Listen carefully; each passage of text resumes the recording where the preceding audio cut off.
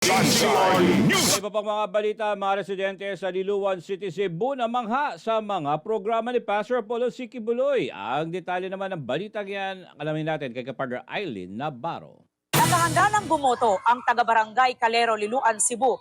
Ito'y matapos makiisa sa isinagawang nationwide campaign rally ni Pastor Apollo C. Kibuloy at ng PDP laban senatorial slate dito sa Liloan, Cebu.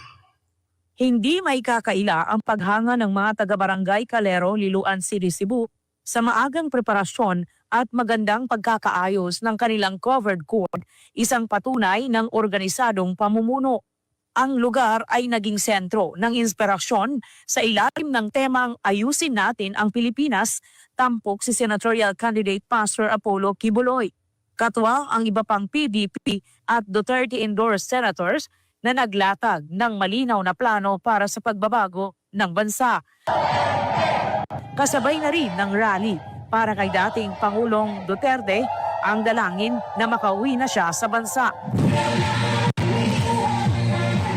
Bago pa man ipinalabas ang sunod-sunod na audio-visual presentation hinggil sa mga programa at batas na isinusulong ni Pastor, isang masiglang patikim muna ang bungungad sa mga taga-barangay Calero, isang paliksahan ng galing at enerhiya kung saan ilang residente ang buong siglang kumasa sa hamon ng pagsayaw sa campaign jingle ni Pastor Apollo Kibuloy na Heartbeat.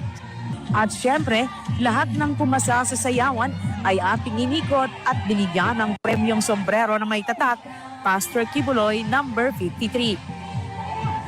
Nang inumpisahan nang ipalabas ang mga AVP ni Pastor Kibuloy, hindi matinag ang atensyon ng mga taga-barangay Calero habang pinapanood ang mga ipinapakitang audio-visual presentation. Tila ba sa bawat saglit ng panonood, unti-unting nawala ng puwang ang mga tanong at pag-aalinlangan nila kay Pastor Kibuloy na ngayoy napalitan ng tiwala. Ilan sa kanila ay napuhaan natin ng reaksyon.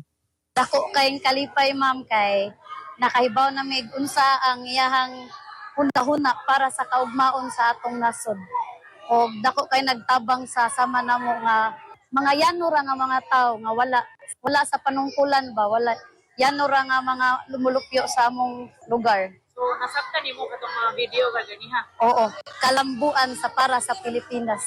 Vote straight PDP laban para sa atong kaugmaon o sa tibok Pilipinas para sa mga umaabot nga henerasyon nga nindot ang ilang matagamtaman nga kanang kahimtang sa atong nasod. Oh, nalipay kayo mi nga na kuan mi nakatambong mi og nakakuan mi sa iyang mga plataporma na nasayod din mi sa iyang mga pagika ay iyang mga pagtabang.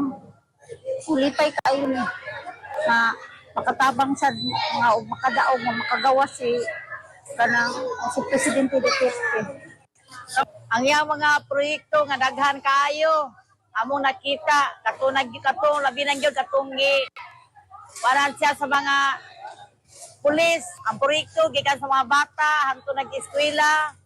Ang ako nakita ang edukasyon sa mga dagko gagmay, may gugmaon siya sa mga bata. Straight gyud ko vote Kibuloy 53. Akong nasabtan, ma'am, na mas mahiging naata sa pagginoo na ni Father Pastor Kibuloy. May ako ibuto gigano siya sa PDP sila Post Street. Oh, si Inday Sara na dili siya ma-impit in town. Sa 8 sabayang lokasyon sa buong lalawigan ng Cebu na naging bahagi ng malawakang campaign rally sa ilalim ng nationwide live streaming noong Abril 6 taong kasalukuyan. Isang matibay na patunay ito na buhay at matatag ang diwa ng pagkakaisa at paninindigan ng mga Cebuanon na hanggang ngayon ay nananatiling matatag ang suporta kay dating Pangulong Rodrigo Duterte. At bilang tugon sa kanyang panawagan sa sambayanan na bumuto ng straight PDP, buong lakas nilang isinambit ang kanilang sagot.